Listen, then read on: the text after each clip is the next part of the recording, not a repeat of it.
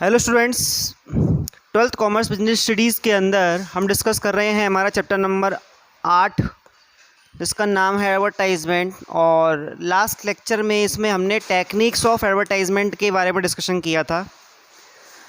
Techniques में मैं आपको लास्ट लेक्चर तक 6 टेक्निक्स बता चुका हूँ। नंबर 7 पे हम डिस्कस कर रहे हैं ideal family and ideal children. आदर्श परिवार एवं आदर्श बच्चे, ये एक टेक्निक है एडवर्टाइजमेंट करने की। ये किस तरह की है? एक्चुअल में एडवर्टाइजमेंट में ये कंपनियां जो होती हैं वो अपने प्रोडक्ट को एक ऐसी फैमिली के अंदर उसको यूज़ करके बतलाती हैं और उससे होने वाले एडवांटेज बताती हैं, जिनको एक आइडियल फैमिली, एक अच्छी फैमिली के रूप में, उनके बच्चों को अच्छे बच्चों के रूप में, आदर्श बच्चों के रूप में माना जाता है। जैसे अभी आपके जो मोस्टली जो क्लीनिंग प्रोडक्ट्स हैं आपके, जैसे आपके लाइजॉल है, हार्पिक है, इसके अलावा आपका डेटॉल है, सेवलॉन है, लाइबो है, तो ये आइटम्स जो हैं इनके लिए आपने मोस्टली देखा होगा कि उन फैमिलीज़ में, उन बच्चों में उस तरह से उनकी फिल्म्स को, पिक्चर्स को प्रेजेंट किया जाता है कि उनको एक बहुत ही समझदार फैमिली के रूप में दर्शाया जाता है और उस चीज़ से आप मोटिवेट होते हो और ख़ुद भी समझदार या आदर्श बनने के लिए उस प्रोडक्ट को परचेज़ करने लग जाते हो। क्लियर? तो इस तरह से भी क्या होता है, इन चीज़ों के उदाहरण देकर भी आपको मोटिवेट किया जाता है एडवर्टाइजमेंट के थ्रू। नेक्स्ट नंबर 8 पे आता है आपका पैट्रियोटिक एडवर्टाइजमेंट।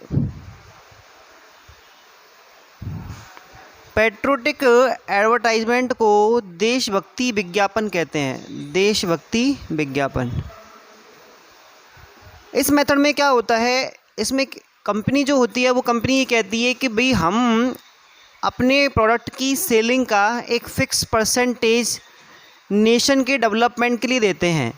अब वो नेशन के डेवलपमेंट में वो एजुकेशन के लिए दे सकते हैं कि अगर आप हमारे प्रोडक्ट्स को परचेज़ करते हो तो आप जो पैसा हमें दोगे उसका एक फ़िक्स परसेंट, यानी कि कम से कम 2% वो आपको बताते हैं कि 2% पैसा हम बच्चों की शिक्षा में खर्च करते हैं। तो उस चीज़ से आप मोटिवेट होते हैं कि आप अपने कंट्रीब्यूशन से देश के लिए कुछ कर रहे हैं, जिसके बदले में आपको प्रोडक्ट मिल रहा है और जो कंपनी है वो कंपनी जो है वो नेशन के लिए क्या कर रही है, कुछ कंट्रीब्यूट कर रही है, कुछ सपोर्ट कर रही है। इस तरह से इनडायरेक्टली आपका सपोर्ट नेशन को मिल रहा है, तो उस चीज़ से आप इंस्पायर होते हैं और प्रोडक्ट को परचेज़ कर लेते हैं। तो तरह तरह के जो आपके न्यूट्रिशंस प्रोडक्ट हैं, तरह तरह के जो क्लीनिंग या हेल्थ प्रोडक्ट्स हैं, इनमें इस तरह के एडवर्टाइजमेंट भी आ रहे हैं। क्लियर? नंबर 9 पे हम डिस्कस करेंगे कस्टमर फीडबैक। कस्टमर फीडबैक जो होता है वो भी अपने आप में क्या है, एक एडवर्टाइजमेंट का मेथड है। इसके अंदर जो कंपनी होती है वो क्या करती है कि कस्टमर से कुछ क्वेश्चंस पूछती है और उन क्वेश्चंस के आंसर क्या करती है, जानती है। जैसे आपने केवीसी देखा होगा, तो केवीसी के जो प्रोमो होते हैं, जो उनके ट्रेलर होते हैं, यानी कि जब से उसका फर्स्ट एपिसोड स्टार्ट होगा उससे पहले कुछ इनाम वगैरह रखे जाते हैं, उस चीज़ को एडवर्टाइज़ किया जाता है और फिर हमको जुड़ने के लिए, चाहे हम उसमें आएँ या नहीं आएँ वो चीज़ मैटर नहीं करती, लेकिन उस चीज़ से रिलेटेड हमारा जो फीडबैक है वो उसको मिलता है और जो टेलीविज़न की जो टीआरपी होती है वो सेम टाइम पे बढ़ जाती है, क्योंकि वो एक इंटरेस्ट क्रिएट किया जाता है फीडबैक के थ्रू, कस्टमर का फीडबैक जाना जाता है। तो इससे क्या होता है कि कस्टमर के फीडबैक से भी एडवर्टाइजमेंट होता है और कस्टमर मोटिवेट होते हैं उस चीज़ को, सर्विस को लेने के लिए या उस प्रोडक्ट को परचेज़ करने के लिए। क्लियर? नेक्स्ट हम डिस्कस करेंगे नंबर 10 पे डिस्काउंट।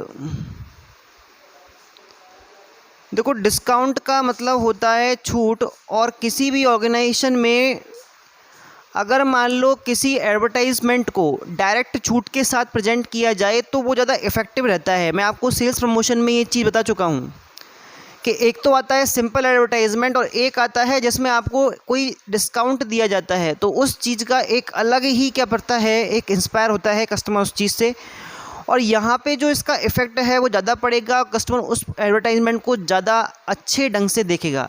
ऐसी चीज़ जो होती है वो कस्टमर को फोकस करने के लिए क्या करती है, अटेंशन लाने के लिए क्या करती है, मोटिवेट करती है कि आप हमारे इस एडवर्टाइजमेंट को देखें, सुने और रिलेटेड से जो नॉलेज है, इन्फॉर्मेशन है उसको लें।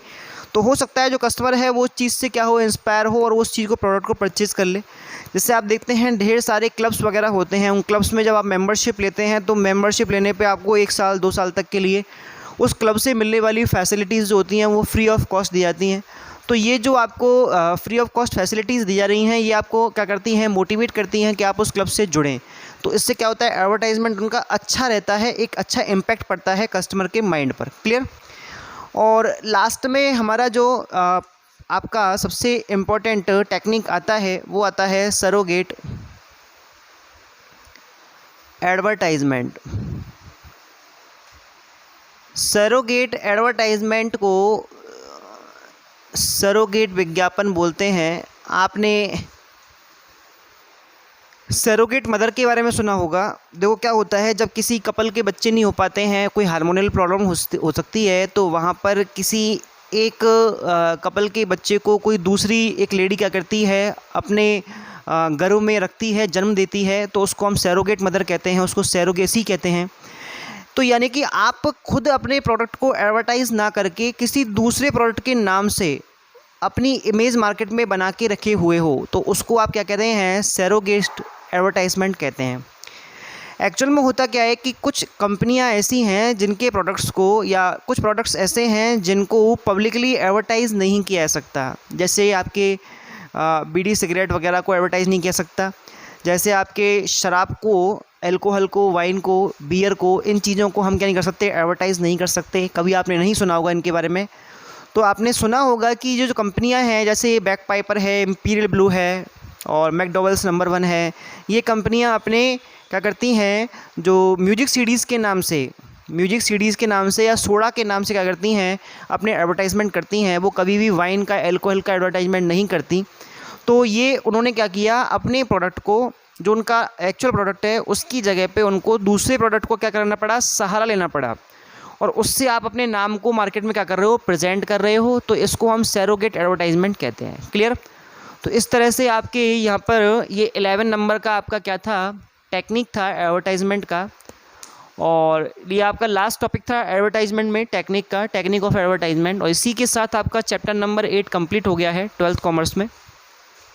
और आपकी 3 यूनिट, जिसमें आपकी फर्स्ट यूनिट मैनेजमेंट की थी, सेकंड में आपके लीडरशिप और मोटिवेशन था, और नंबर 3 पे आपकी मार्केटिंग जो यूनिट है, 3 यूनिट तक का सिलेबस आपका कंप्लीट हो चुका है। आगे हम डिस्कस करेंगे अगली यूनिट के बारे में नेक्स्ट लेक्चर के अंदर। Thank you.